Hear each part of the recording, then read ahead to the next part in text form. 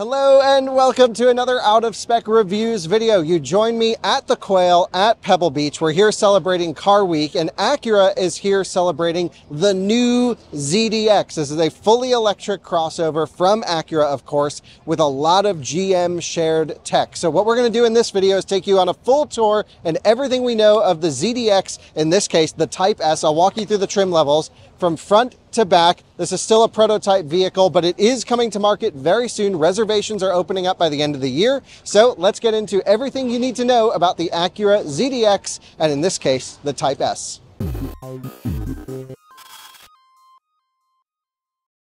Well, it is blazing hot on this white surface up here at Pebble Beach. We're here in the Monterey area. And what a cool spot it is to be able to see the Acura ZDX for the first time.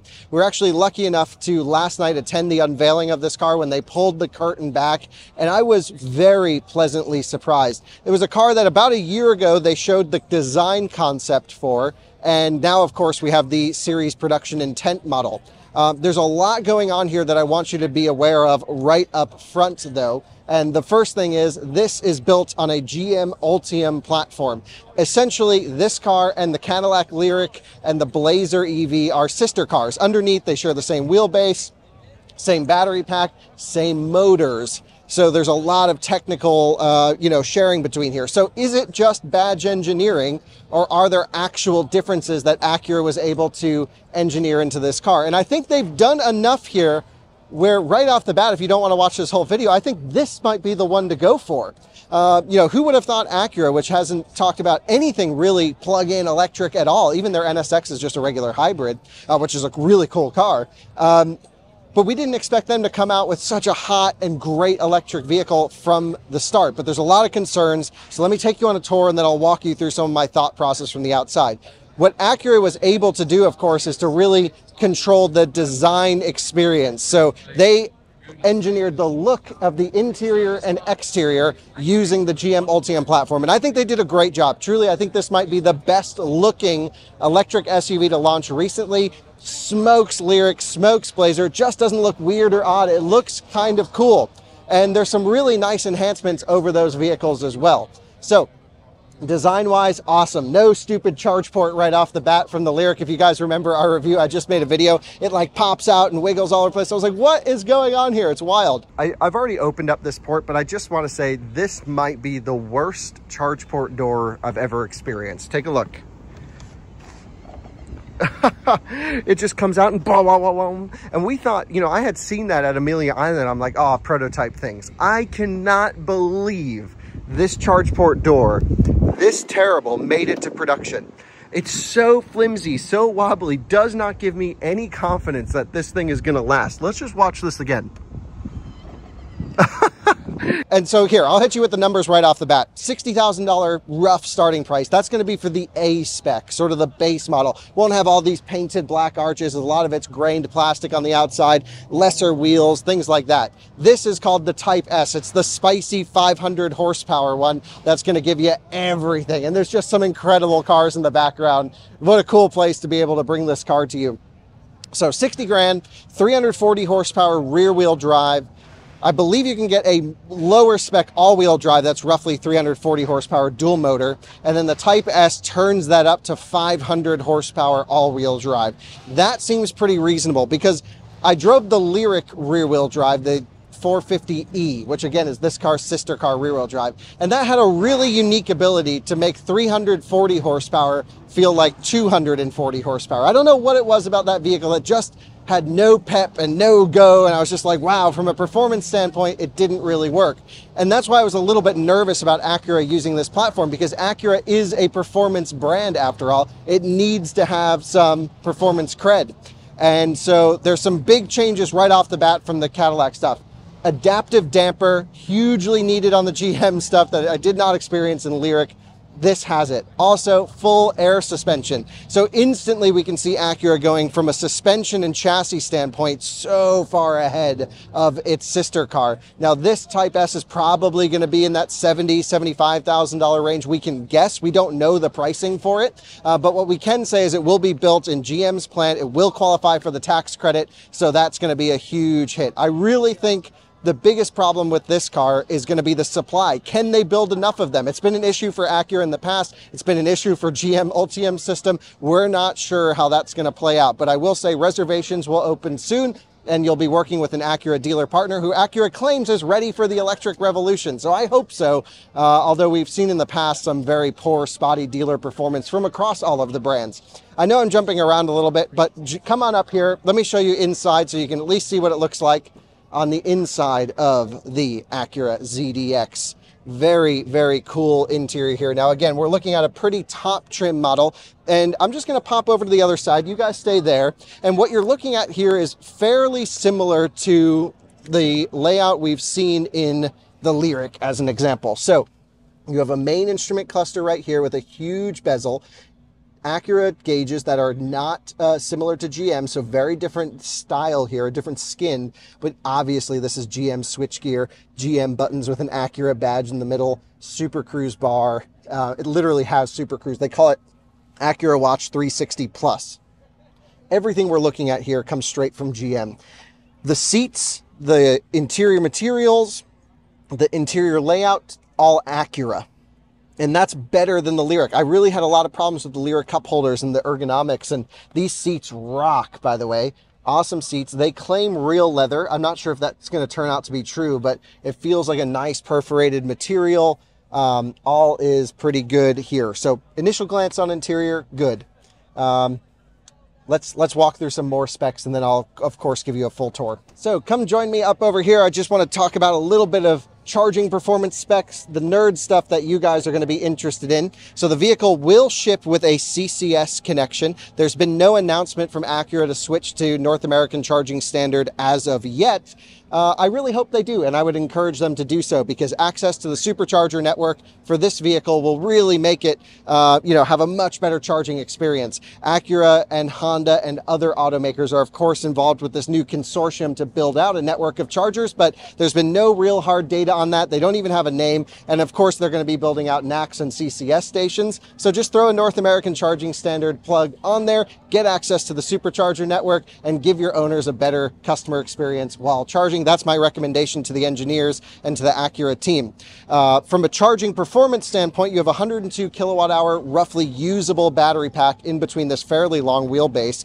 You can either, at least in the Lyriq, have a 48 or 80 amp onboard charger. The chassis supports either. What Acura has spec'd when they purchased the tech from GM, I'm not sure. I can't find anywhere in the technical materials the onboard charger capacity. From a DC fast charging perspective, it should be identical to what we've seen in Lyriq. 190 kilowatt peak and very spotty charging performance, at least on the early software builds. I really hope the engineers at Acura push GM hard to make a much more consistently charging vehicle. We've seen Lyriq, especially when you plug it in at low state of charge, this exact battery pack, get these huge surges, separate from Signet's surge, that just don't make any sense. Watch Tom Malagny's video on state of charge for that. I don't know if he has a full video, but we've discussed it on the batteries included podcast and other things.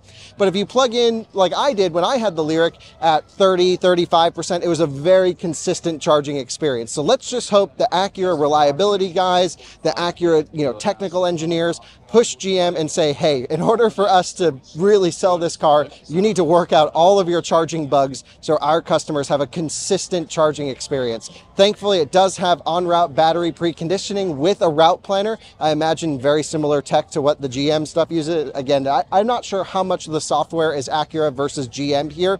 And I think that brings up a good point that we should really discuss, which is it an Acura or is it an Ultium vehicle? And I think that's going to come down to when we drive it to see. Now, typically what we like to see when a large automaker launches an electric vehicle is their idea of an electric vehicle, which would be Acura developed technology, Acura developed motors, Acura developed chassis, not necessarily just buying it out from someone else. However, I think from what the Acura guys are telling me is their customers are really excited about this vehicle. Of course, the sizing is right. The material touch points and the styling is very Acura. And of course, with an electric drivetrain, there's maybe less of that nuance that a normal driver will pick up on in the day-to-day. So I really think this could go one of two ways when we're able to drive it, which hopefully will be towards the end of the year, which is it's just going to be next level Acura, spicy handling, no double wishbones on this particular one, but you know, that they really just tuned the chassis to what the Acura guys wanted to differentiate it, of course, especially from Lyriq, but also Blazer EV. Or it's just going to drive like a Lyriq. I mean, we don't know. So it'll be really interesting to see how this all plays out. Based on the sounds that I was hearing in like the pre-release B-roll, it makes all the GM sounds. Like, it just feels like so much of it is Acura from a looks perspective, but under the hood, of course, it's all GM. Under this hood is actually no front trunk. There's a front motor under here. This is the dual motor variant, so I can't open it for you at the moment, but there's really nothing to see. It's just basically a giant plastic panel. This one is actually an EX VIN, which is a GM EX VIN. So, you know, typical from what we've seen on many prototype vehicles. There's basically nothing under there that we can show at the moment, but I think that's okay and fairly normal. Nothing to see here. Take a look at this too. We have 1, 2, 3, 4, 5, 6 lugs up here. So typically 5. So this is going to be a heavy beast. 22-inch Michelin tires. Let's see. They're the Primacy All Seasons. I'm trying to see if we can see anything. So 275, 40, 22s on this particular one. In the front, is it a staggered or a square setup? Let's take a look. We have 275, 40, 22. So square setup around, which I think's a great decision. Should actually kind of make it fun, I hope, a little bit rotatey. The Lyriq is pretty rotatey, but very soft. So you have to forgive me for all the comparisons, because it really is like another, you know, we're in this new age of badge engineering electric vehicles, and I'm glad this one looks and feels very different than the GM stuff, and I actually think better. So inside the trunk, I can't show you the underfloor. They say it's not done and ready to be viewed yet, but a fairly large trunk space. This one also has a big Bang & Olufsen sound system, upgraded from the AKG that you get in the Lyriq. It sounds like this is going to have the big boy sound system in it. And you can see the seats can unlatch. Hold on, let's see if I got this right. Unlatch, there we go, and they fold down. So big storage area in here. I really think there's no issues with carrying capacity. Alyssa, your thoughts? No, my first thought is it's going to be a great dog hauler. The only issue is I don't see any rear side panel vents. For air vents, you mean? Yeah, for air vents, but yeah, just the center ones. Flat this is, so that's great for if you ever want to put crates or just pile this with a bunch of stuff.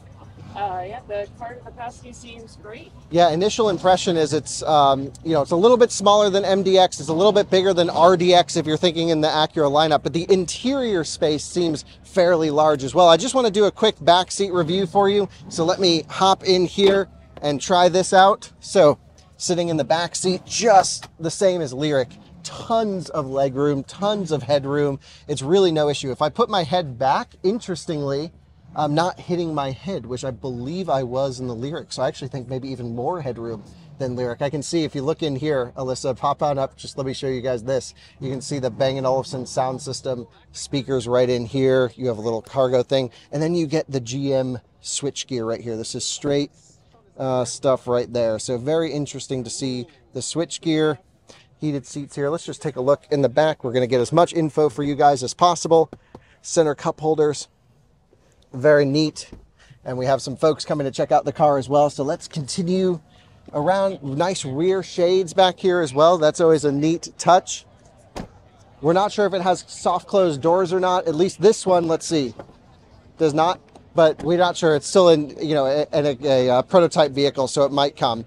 So up front, I think I showed you a little bit, but you have normal adjusting seats. You actually have the same probably base seat structure as the GM stuff with Acura's own skin on it. It seems like just a much nicer interior. Again, straight Super Cruise for driver assistance. They're calling it Acura 360 Plus, Acura Watch 360 Plus. But Acura claims they're going to actually work on developing their own technology into the future to match and even exceed what this car can do, perhaps. So we'll have to see. Ultimately, here's what you need to know. The Acura ZDX is, of course, built on the Ultium platform, which means it's beholden to the same production constraints as GM vehicles have been going through, which GM claims they're now upping production and getting more supply. It's going to have, hopefully, its own character from a look and feel. I believe it does. And I actually think from a value perspective, it is probably the one to go for if you're looking at all this. Just initial glance looking at it. To me, the Blazer looks a little weird, and it's not that much cheaper than Lyriq. The Lyriq to me was cool, but like felt cheap and plasticky on the inside and definitely had no performance sporty edge at all. This is going to be a little bit more expensive, but seems to have, again, the full 500 horsepower from the dual motor, the adaptive damper, and the air suspension. And my guess is you're also going to see the Escalade V, which is going to make more power than this, and the Chevy Blazer SS, which is going to make more power than this. So maybe as those come out, my ideas will change, but basically the top spec Acura ZDX at this time, the Type S, is where the all-wheel drive version of the Lyriq sits. So those are equal. The Lyriq V will come ahead. The Chevy Blazer SS will come up from a performance standpoint. The one thing here though is the styling, the touch point. It feels and looks really nice. I think really my main concern are going to be how the dealers handle the rollout, how the production capacity handles it. And I really don't think you can go wrong by choosing any of these. It just seems like they need to work out a few software updates on the Ultium side from charging. The range seems amazing. And again, 325 miles EPA and the A-spec rear-wheel drive. This is probably going to be high 200s, low 300s, somewhere around there. We've seen these vehicles hit pretty good ranges, even though they're dual permanent magnet without a clutch disconnect. So the motors seem to be tuned pretty efficiently. And there you go. That's the Acura ZDX. It's actually, out of the three, my favorite at the moment. It's the one that I would say keep an eye on. It's the one that we've talked about the least. Truly, this is a vehicle no one's been talking about in our sphere. So I'm glad I had the opportunity to bring it to you today and at least show you around it. It's a really cool technical partnership between Honda with the Prologue and this working with GM. I think it's probably the right decision for today, but I worry if it will tarnish the brand's values into the future. Time will tell if it was the right or wrong decision, but at least at the moment, if you're looking for a mid-size electric SUV and you have some time to wait, I think this one should be pretty high on your list. The pricing seems great. We'll see what happens as we get closer to launch. We'll be covering it, driving it early, looking at it at different shows, and of course, letting you know how it turns out. Thanks so much for watching another Out of Spec Reviews video. See you in another one soon. Bye-bye.